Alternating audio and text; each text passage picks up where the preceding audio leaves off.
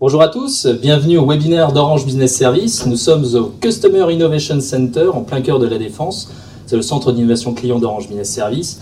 Aujourd'hui, pour évoquer les 4 essentiels de la transition du RTC vers l'IP. Alors en attendant que les derniers arrivent à se connecter, n'hésitez pas à utiliser Mozilla. Je vais vous présenter les 2 invités avec qui on va évoquer cette transition du RTC vers l'IP.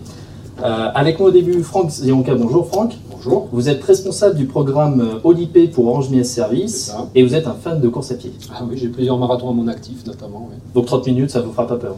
Non. C'est bon. C'est bon. Avec nous également Olivier Charlet. Olivier, bonjour. Bonjour. Vous êtes spécialiste des usages spéciaux sur l'IP et vous êtes aussi un grand amateur de sport aérien comme le parapente. Le parapente et le voile-voile, tout à fait. Donc pareil, pas de problème, 30 minutes de haute voltige. On va voir si on va s'envoler. Le menu aujourd'hui pour ce webinaire, nous aurons à 14h50 bien sûr vos questions et les réponses que nos invités vont vous fournir. À ce titre, n'hésitez pas à poser vos questions dans le chat. Delphine va les copier et nous les retranscrira à la fin dans le chat pour qu'on puisse y répondre. Donc n'hésitez pas pendant le webinaire à poser vos questions. Avant ça, nous avons vu avec Olivier les usages spéciaux liés à l'IP, mais nous allons tout de suite commencer avec les points clés du RTC vers l'IP. Je me tourne vers vous, Franck. Donc, je rappelle, responsable du programme Tout IP pour Orange Business Service. Franck, rapidement, une première question. C'est quoi le RTC et pourquoi ce programme? Alors, le RTC, c'est le réseau téléphonique commuté. C'est le réseau qui a été déployé dans les années 70-80. Donc, c'est la base des télécoms depuis 30-40 ans. Un réseau qui a permis de proposer de nombreux usages. Donc, le téléphone fixe, bien sûr, le multiligne pour les entreprises, le fax et une multitude d'usages spécifiques, variés, 10 usages spéciaux comme la monétique, les téléalarmes, ascenseurs, la télésurveillance de locaux, la télérelève de compteurs, etc., etc. Donc All-IP de Tout IP, c'est un programme de modernisation des réseaux d'Orange vers le Tout IP. C'est à la fois une nécessité et une opportunité. Une nécessité puisque l'IP est devenu le standard mondial et une opportunité puisque l'IP est le socle du développement des nouveaux services. Alors qui est concerné? C'est uniquement les entreprises par ce programme? Alors non, ce programme concerne l'ensemble de nos clients, l'ensemble des marchés, à savoir le grand public, les résidentiels, les pro-PME, les entreprises et les opérateurs tiers également, et tout le monde aux mêmes échéances. Alors, est-ce que c'est une démarche qui est unique à la France ou est-ce que ça concerne aussi d'autres pays? Alors, non, c'est une démarche qui est globale, c'est vraiment un mouvement de fond qu'on rencontre un peu partout en Europe, dans le monde. Tous les opérateurs aujourd'hui font face à l'obsolescence de la technologie RTC et ont engagé son remplacement par la technologie IP. Alors, du coup, est-ce qu'on vit les dernières heures du RTC finalement? Alors non, enfin on vit pas, ça va être très progressif, on ne vit pas les dernières heures du RTC, on verra le calendrier, c'est très progressif. C'est pas non plus la fin du téléphone fixe, puisque le téléphone fixe, les services vont être maintenus en technologie IP demain, et c'est pas non plus la fin du cuivre, il y a beaucoup de confusion autour de ça, puisque le cuivre va être durablement utilisé pour de nombreux services, notamment l'Internet ADSL. Alors, vous parlez du calendrier, c'est vrai qu'il n'est pas forcément évident pour tout le monde, et vous avez voulu retenir 3 dates importantes, si je pense que les dates vont apparaître sur l'écran. Alors, le calendrier, en fait, il y a deux grandes étapes. Deux grandes étapes à avoir en tête. La première grande étape, c'est ce qu'on appelle l'arrêt d'ouverture de nouvelles lignes, donc c'est l'arrêt de commercialisation des accès RTC. Les 2 grandes dates, c'est le 15 novembre 2018, donc c'est très récent, avec l'arrêt de commercialisation des nouvelles lignes analogiques. Et puis le 15 novembre 2019, donc dans un an, ce sera l'arrêt de commercialisation des accès numéris T0 et T2. Ça, c'est la première étape. La deuxième grande étape, à partir de fin 2023, donc c'est ce qu'on appelle la migration vers le Tout IP. En clair, c'est la fermeture technique du RTC. Ça va démarrer à partir de fin 2023. Ça va être très progressif, comme je le disais. Déjà, on a un délai réglementaire de préavis de 5 ans. Donc les premières zones qui fermeront fin 2023 viennent d'être annoncées par l'ARCEP le 26 octobre 2018. Elles fermeront à partir de fin 2023. Dans 5 ans. Dans 5 ans. Et puis tous les ans, de nouvelles zones seront annoncées. Et quand je dis que c'est très progressif, pour donner un ordre de grandeur, aujourd'hui le RTC, c'est à peu près, sur l'ensemble des marchés en France, 10 millions de lignes. Les premières zones fin 2023 qui fermeront, l'ordre de grandeur, c'est 150 000 lignes. Oui, donc proportionnellement, il y a le temps de leur revenir et de pouvoir se faire sa transition tranquillement. Voilà, ça va être vraiment très progressif. Et ce qui est important aussi de retenir par rapport à ce calendrier, 2 choses. C'est que les accès existants, les accès en parc ne sont pas impactés et il n'y a aucune obligation de changement sur ces accès. Ouais. Par contre, effectivement, pour toutes les nouvelles commandes, pour tous les nouveaux accès, que ce soit la création d'un site ou un déménagement, ça se fera nécessairement avec des nouvelles solutions, des solutions de remplacement en IP. Alors, du coup, est-ce que ça concerne que Orange ou ça concerne tous les opérateurs? Alors non, on l'a dit, hein, tous les opérateurs sont concernés aux mêmes échéances, et en particulier ce qu'on appelle la VGA, donc la vente en gros de l'abonnement pour les opérateurs tiers, sur l'analogique et le T0 est également concerné, donc on ne peut plus effectivement commander de ligne analogique depuis le 15 novembre 2018, quel que soit l'opérateur. Alors, qu'est-ce qui existe comme type de remplacement? Parce qu'on, comme vous le disiez, il y a des entreprises qui ne font pas que de la téléphonie sur ces lignes RTC, et il y en a d'autres qui vont à un usage très basique. Est-ce que du coup, il y a des offres de remplacement? Alors, les offres de remplacement, hein, quand on parle de voix sur IP, elles existent déjà. Notamment, c'est ce qu'on appelle les offres multiplay, en couplage voix et données. Donc ça, c'est des offres effectivement qui existent, hein, qu'on commercialise déjà depuis 10 ans. Pour vous donner une idée, il y a à peu près 100 000 sites entreprises en France qui sont équipés avec ces solutions. Et ces solutions, donc multiplay, hein, couplage voix data, elles permettent une vraie évolution de la téléphonie d'entreprise et elles permettent une ouverture vers des nouveaux services de type communication unifiée, collaboration. Donc c'est vraiment une opportunité pour évoluer vers les nouveaux services, pour transformer sa téléphonie. Et alors sur les usages simples, basiques, c'est-à-dire que demain, mon entreprise ou mon administration a besoin de remplacer un truc vraiment basique, je ne cherche pas une offre de science-fiction, qu'est-ce que vous avez? Alors en fait, effectivement, on propose déjà des solutions donc, pour le coup de remplacement 1 pour 1 à la ligne analogique et au numérique, donc des solutions dites monoplay, voix seule. Et donc là, effectivement, les clients qui ne souhaitent pas faire évoluer leur architecture télécom, qui souhaitent continuer, on va dire, à téléphoner comme ils le font depuis 10, 20, 30 ans, on va proposer des solutions de remplacement 1 pour 1. Alors, la solution de remplacement à la ligne analogique, elle s'appelle, son nom commercial, c'est la ligne Fix Business. Je crois que d'ailleurs, on a une slide sur cette ligne, je pense que le schéma sera plus parlant du coup en même temps. J'en dirai un mot. Et puis, la solution de remplacement donc, du numérique, T0, T2, donc c'est une solution qui, en IP, s'appellera Business Voix Basique. D'accord. Alors, du coup, cette ligne Fix Business, concrètement, par rapport au schéma qu'on voit, qu'est-ce que ça représente en fait? Alors, la ligne Fix Business, hein, comme je le disais, ça va être la solution IP monoligne en remplacement de la ligne analogique, donc pour les besoins en téléphonie simple et pour le raccordement des usages spéciaux, c'est-à-dire pour le raccordement des terminaux de données analogiques hein, qu'on retrouve sur les usages spéciaux, les fax, les téléalarmes, la monétique, etc. Donc très concrètement, cette solution elle a été développée pour proposer aux clients la continuité de leurs usages, la continuité de leurs services.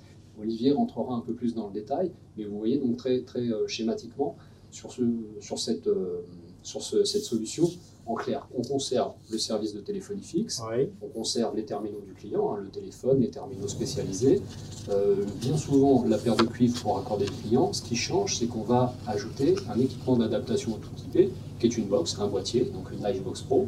Et sur cette Livebox Pro, vous voyez, on a 2 ports dits téléphoniques sur lesquels on vient émuler le RTC et sur lesquels on peut venir raccorder un poste téléphonique ou des terminaux de données, comme un fax, comme une téléalarme.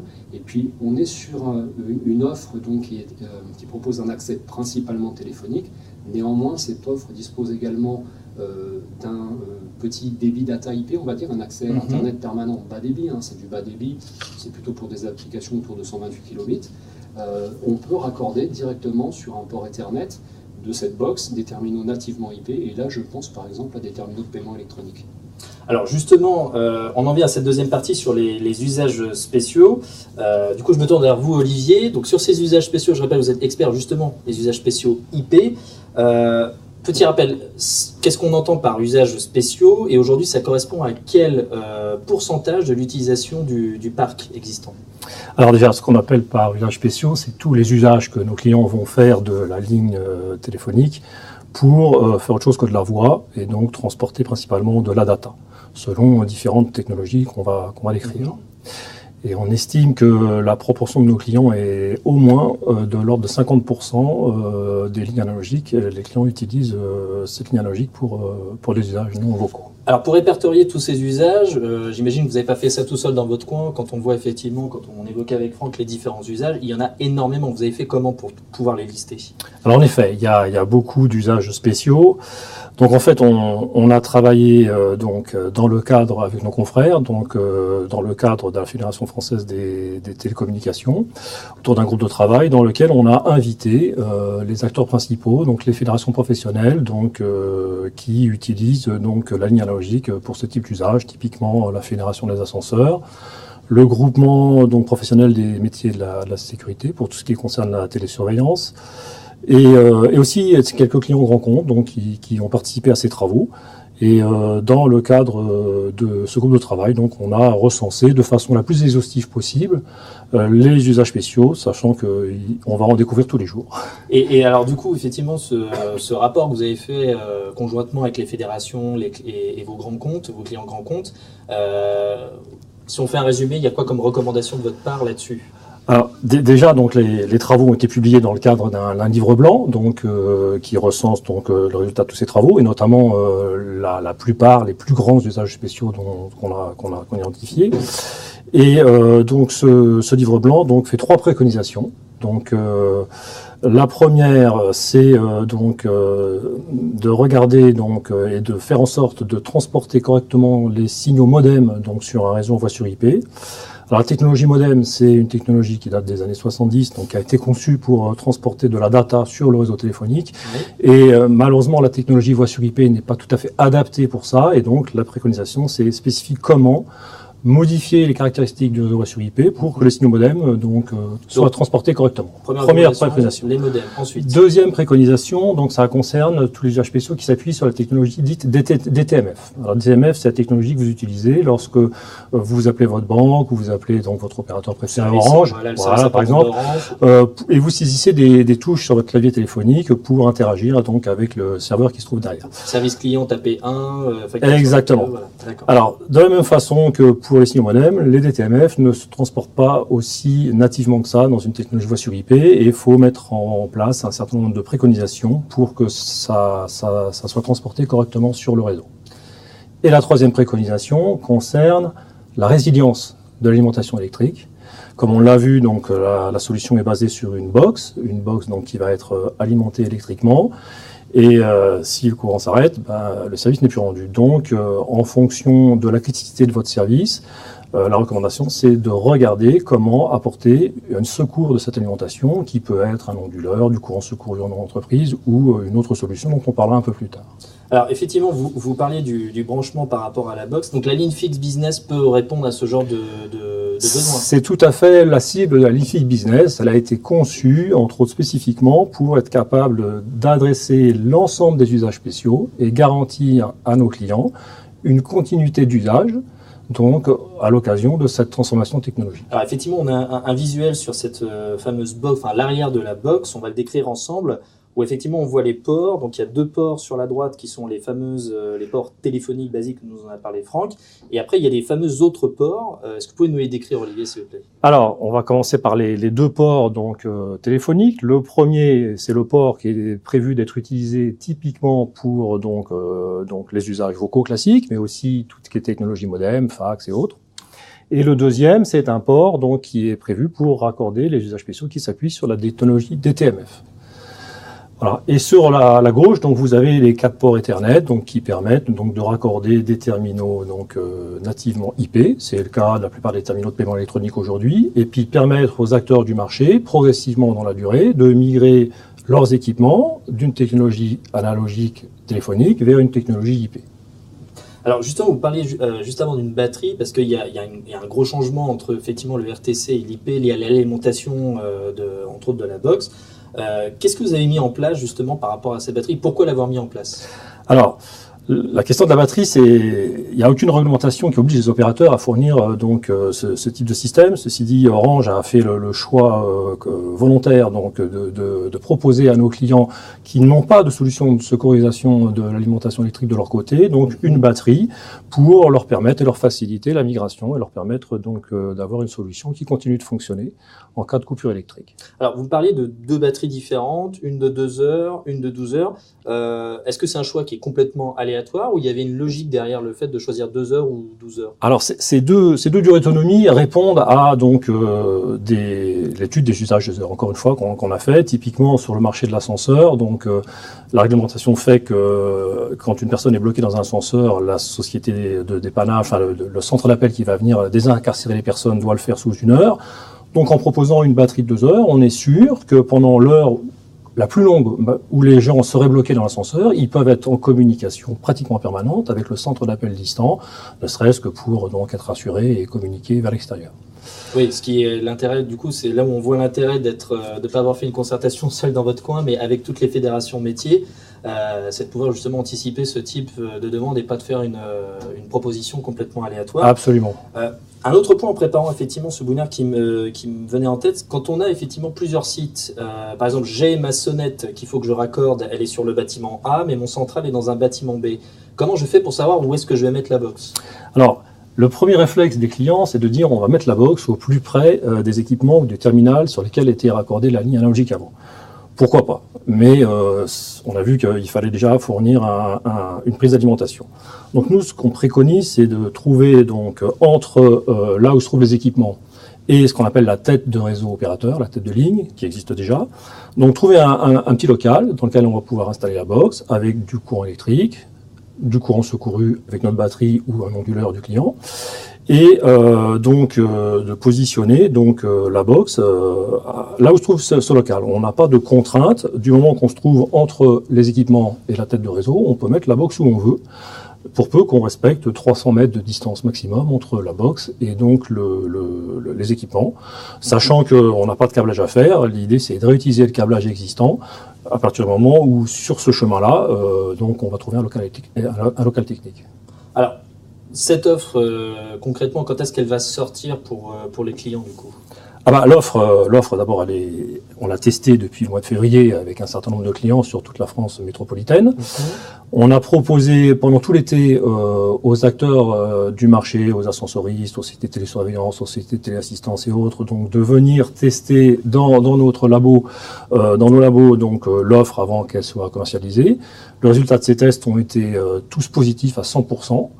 Et l'offre est commercialisée depuis tout début octobre. Et on l'a déjà déployé, et ça marche, c'est fonctionnel, c'est opérationnel. Ah d'accord, donc des clients sont déjà en train d'utiliser... Il y a déjà des clients qui sont raccordés sur cette offre. Alors du coup, j'anticipe un peu, je me mets à la place des gens. Combien de temps il faut pour déployer une offre standard? Le délai standard, c'est 15 jours. 15 jours. Oui. Donc sachant que Franck, vous me disiez, on a jusqu'en 2023 pour pouvoir faire tout le parc. 15 jours, si on s'y prend pas trop tard, ça devrait y aller. Alors, non, on a le temps. Et 2023, c'est pas tout le parc, encore une fois. Ouais. C'est uniquement les premières zones qui fermeront fin 2023. D'accord, donc c'est une partie du parc. Oui. Il se peut qu'il y en ait encore un peu durable. On a quelques années, oui. Alors, effectivement, à travers tout ce qu'on vient de dire, on peut essayer de retenir 4 essentiels. Franck, pour vous, 2 essentiels parmi ces 4, on va diviser en 2. Franck, pour vous, 2 essentiels importants que vous retiendrez par rapport à cette transition du RTC vers l'IP. Je crois que le premier, c'est encore une fois ce calendrier de fermeture du RTC. On l'a vu, c'est un calendrier qui est très progressif. Donc ça veut dire quoi? Ça veut dire effectivement, on a une première étape qui est cet arrêt de commercialisation qui ne concerne que les nouvelles lignes, et puis la fermeture technique qui interviendra au plus tôt dans 5 ans. Donc finalement, ça veut dire quoi? Ça veut dire qu'on a le temps de s'y préparer, on va pouvoir migrer à son rythme, mais c'est intéressant d'y réfléchir dès à présent, de se projeter dès aujourd'hui. Donc premier essentiel, l'échéance. Deuxième. Alors la deuxième, je pense que par rapport à tout ça, pour une entreprise, c'est dès maintenant de réfléchir, de faire un recensement des différents accès analogiques, numéris, et de bien comprendre effectivement de ce qu'on fait de ces accès. Un bilan de son parc. Un bilan de son parc dans un premier temps. Olivier, je me tourne vers vous. 2 autres essentiels qui vous paraissent importants pour cette transition. On a vu l'échéance, on a vu le bilan du parc. Qu'est-ce qu'on pourrait faire d'autre? Naturellement, je vais vous parler des usages. Vous imaginez bien. Donc, l'important pour vous, c'est d'identifier l'ensemble de vos terminaux aujourd'hui qui sont raccordés sur le réseau téléphonique et d'identifier les usages derrière. Qu'est-ce que vous apportent ces terminaux? S'ils ont toujours un intérêt aussi, parce que parfois bien sûr, s'ils ont toujours un intérêt et qui vous permettent de vous projeter 5 ans ou plus à l'avance pour savoir comment je vais faire évoluer ces terminaux. Est-ce que je vais simplement les raccorder sur la ligne Fi Business qu'on vient de vous présenter, ou est-ce que je vais en profiter pour faire évoluer mes terminaux, ce qui n'est pas nécessairement beaucoup. 5 ans pour faire évoluer un grand parc de terminaux, c'est bien de s'y prendre maintenant. C'est bien de s'y prendre à l'avance. Donc un bilan des usages, et donc à la fin un peu ce que vous disiez, c'est projeter... Alors, quatrième essentiel, pour toute cette réflexion, et approfondir, toutes les équipes commerciales Orange sont à votre disposition. Vous pouvez contacter vos interlocuteurs Orange habituels pour vous accompagner sur la solution qui est disponible aujourd'hui et qui existe et est déjà déployée chez certains clients. Donc pour résumer, l'échéance, le bilan du parc, le bilan des usages et l'accompagnement commercial avec bien sûr vos interlocuteurs privilégiés côté Orange. Merci messieurs. Donc on va passer du coup maintenant à la partie questions-réponses. Donc Delphine a recueilli l'ensemble de vos questions qui normalement vont s'afficher dans le chat sur lequel on a une certaine visibilité. Et du coup on va essayer de répondre à toutes vos questions. Alors Delphine, je te laisse copier-coller dans l'espace chat. On a vu certaines questions effectivement s'afficher au fur et à mesure. Bon, en attendant que Delphine poste la première question, il y avait une question sur le coût effectivement financier. Franck, effectivement, on se dit naturellement, nouveau service, nouveau tarif, et pas forcément l'avantage du client. Quelle a été la démarche et la réflexion aujourd'hui pour pouvoir proposer ces nouveaux services, cette transition vers l'IP? Alors la démarche, on a vu, si je prends l'exemple de la ligne Fixed Business, qui est la première offre commercialisée en remplacement de la ligne analogique du RTC, c'est d'avoir une démarche où on propose une solution équivalente en IP avec ce qui existait en RTC. On l'a vu, équivalente d'un point de vue fonctionnel, c'est également le cas d'un point de vue tarifaire, puisque le prix de la ligne Fixed Business, donc, qui est la première solution commercialisée, est équivalent à la gamme des lignes analogiques qu'on connaît aujourd'hui. Donc en clair, le prix catalogue de la ligne Fixed Business, il est de 19,90 €, c'est l'abonnement mensuel. Oui. Et puis, chose importante, il n'y a pas de location d'équipement, de box, etc. C'est inclus dans le prix de l'abonnement. Aujourd'hui, on a un abonnement à une ligne analogique. Demain, on a un abonnement à une ligne Fixed Business, box incluse.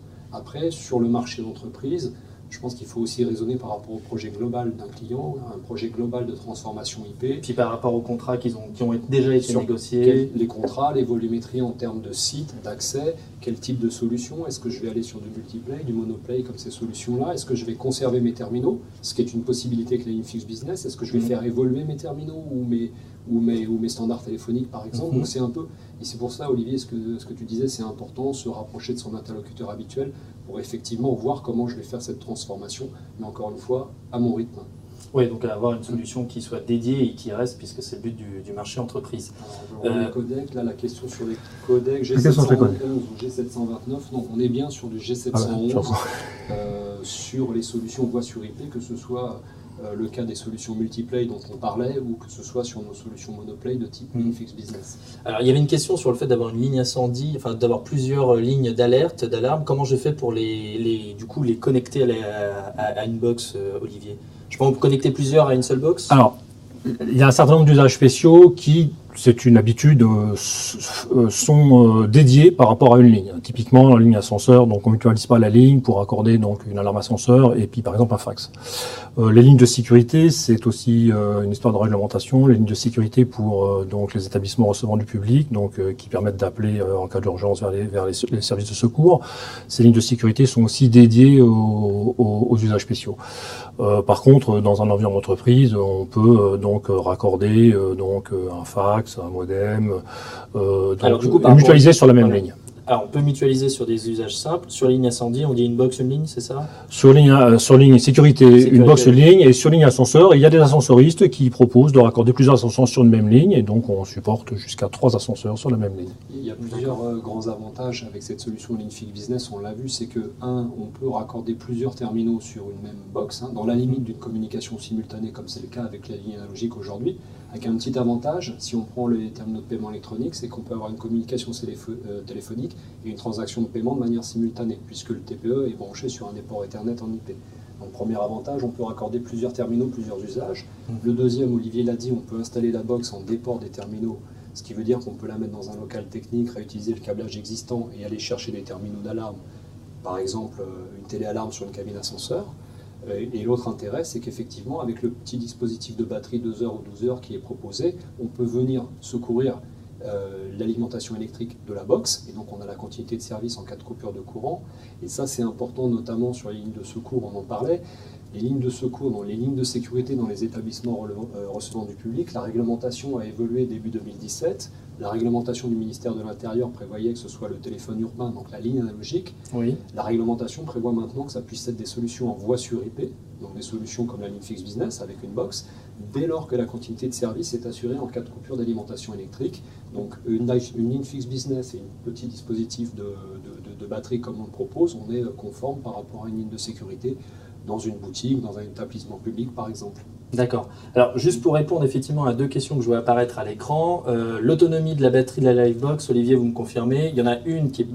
une autonomie de 2 heures. 2 heures et une autre de 12 heures. Très bien, donc ça c'était par rapport à la question de la batterie. Sur la question du replay que j'ai vu passer, oui, vous inquiétez pas, on va vous mettre à disposition le replay, on va même le sous-titrer, parce qu'on voit que certains apparemment ont des problèmes de son. Donc on va rajouter les sous-titres, comme ça vous n'aurez pas besoin de mettre sur grand haut-parleur tout de suite.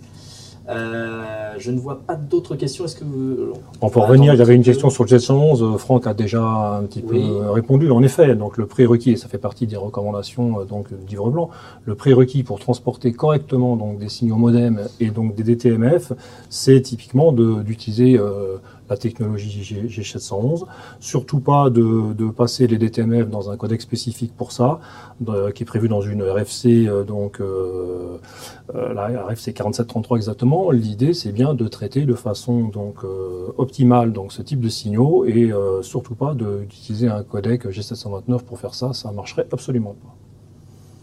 Ben écoutez, c'est parfait. Est-ce que vous avez la durée de vie de la batterie? On la connaît ou pas, la durée de vie de la batterie? Alors la batterie, elle est donnée pour les garanties 2 ans et donc on estime qu'il faut la changer tous les 3 ans parce qu'en effet une batterie, elle perd son efficacité dans la durée, donc l'idée c'est de changer la batterie tous les 3 ans. Alors quelle est la différence entre une ligne fixe business avec batterie et une ligne analogique sur autocom ondulé?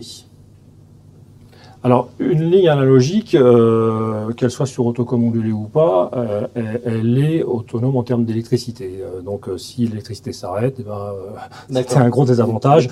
Elle continue de fonctionner.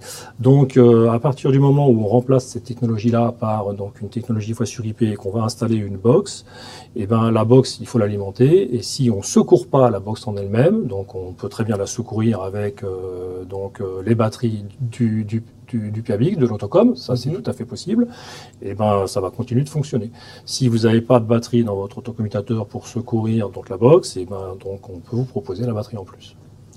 Je vais revenir, il y a une question très intéressante sur il y a l'arrêt de la commercialisation du Numéris dans 1 an, et à quelle date le service s'arrêtera? Alors, voilà, les arrêts de commercialisation, 15 novembre 2018, ligne analogique, 15 novembre 2019, le Numéris. Fin 2023, c'est l'arrêt technique à la fois pour l'analogique et le Numéris. Donc, il y a 2 dates pour l'arrêt de commercialisation. Il y a 1 an de décalage entre l'arrêt de commercialisation de la ligne analogique et l'arrêt de commercialisation du Numéris. Par contre, à partir de fin 2023, les arrêts techniques concerneront à la fois l'analogique et le Numéris. Et on peut en dire un mot, l'offre de remplacement donc, du Numéris, j'en parlais tout à l'heure, son nom commercial c'est Business Voix Basique, c'est une offre qui permettra de faire ce qu'on fait aujourd'hui avec des T0, des T2, de 2 à 240 canaux, voire au-delà en offre sur mesure. Cette offre elle est disponible aujourd'hui pour des pilotes et elle sera commercialisée sur la métropole courant 2019, donc en anticipation de la fermeture commerciale du 15 novembre 2019. Juste une précision par rapport au calendrier, Franck. Ce calendrier, il n'a pas été fixé par Orange, il a été fixé par l'ARCEP. C'est un calendrier qui a été présenté à l'ARCEP et validé par l'ARCEP. D'accord, donc c'est l'ARCEP qui a validé cette date d'arrêt, c'est pas validé ce calendrier. D'accord, c'est pas Orange dans son coin qui s'est dit du jour au lendemain. Non, et comme je disais tout à l'heure, voilà, ça se fait à l'ARCEP dans ce qu'on appelle des réunions multilatérales où tous les opérateurs sont présents, nous y compris. D'accord, très bien. Bon, il nous reste une dernière question. Tous les sites seront-ils éligibles à la ligne business? C'est une question, effectivement, c'est une question importante. Est-ce qu'effectivement n'importe où en France est éligible ou est-ce qu'à un moment donné, il va falloir vraiment se rapprocher d'un expert pour essayer de faire des tests et voir éventuellement comment faire une solution de remplacement? Enfin, je sais déjà, est-ce que c'est éligible partout? Alors, en effet, il y a une notion d'éligibilité sur cette offre, comme sur toutes les solutions donc construites sur le cuivre en ADSL. Alors, ce qu'il faut noter, c'est que comme on l'a dit, le débit donc utilisé pour fournir l'offre est beaucoup plus faible que le débit que vous pouvez connaître chez vous ou même sur le marché multiplay. On parle de moins de 512 kilobits par seconde, très exactement 448 kilobits par seconde, ce qui nous permet d'avoir une éligibilité bien meilleure que celle que l'on peut connaître sur des lignes ADSL standard. Alors si c'est pas éligible, donc on propose le service, donc malgré tout, sur satellite au même prix. D'accord. Donc il n'y a pas de. Après, c'est à nous de nous. Pour les usages spéciaux sur satellite, il faut qu'on travaille avec vous et donc n'hésitez pas à nous contacter. Mais bon, globalement, l'intérêt de pour l'instant, on n'a pas eu de gros problèmes d'éligibilité. Alors, je vois deux questions. Alors, on va arriver dans les DOM. On va arrêter tout de suite parce qu'effectivement, on avait prévu 30 minutes, mais je vois qu'il y a beaucoup de questions. Pour vous dire, il y a un document que vous pouvez télécharger à la suite de ce webinaire dans lequel il y a une adresse mail générique sur laquelle travaillent Olivier et Franck qui se feront un plaisir de vous répondre. Vous avez en même temps dans ce document un e-book avec plein de bonnes pratiques et sûrement pas mal de réponses à toutes les questions que vous posez actuellement. Si jamais ce e-book ne suffit pas, n'hésitez pas avec la boîte mail générique ou votre contact commercial Orange. Ce sera un plaisir de vous accompagner, de vous expliquer en détail ce qui se passe. Dans ce document, effectivement, vous retrouverez l'ensemble des slides avec les différentes informations. J'ai vu qu'il y avait encore des questions sur les prix. N'hésitez pas à voir avec votre contact commercial Orange Business Service. Ils ont toutes les informations à disposition. Ils se feront un plaisir de vous répondre. Je vous remercie à tous. 30 minutes très riches pour ce webinaire. Je vous souhaite d'agréables fêtes de fin d'année et en espérant vous revoir l'année prochaine pour de prochains webinaires. Merci Franck, merci Olivier. À très bientôt. Merci. Au revoir. Au revoir.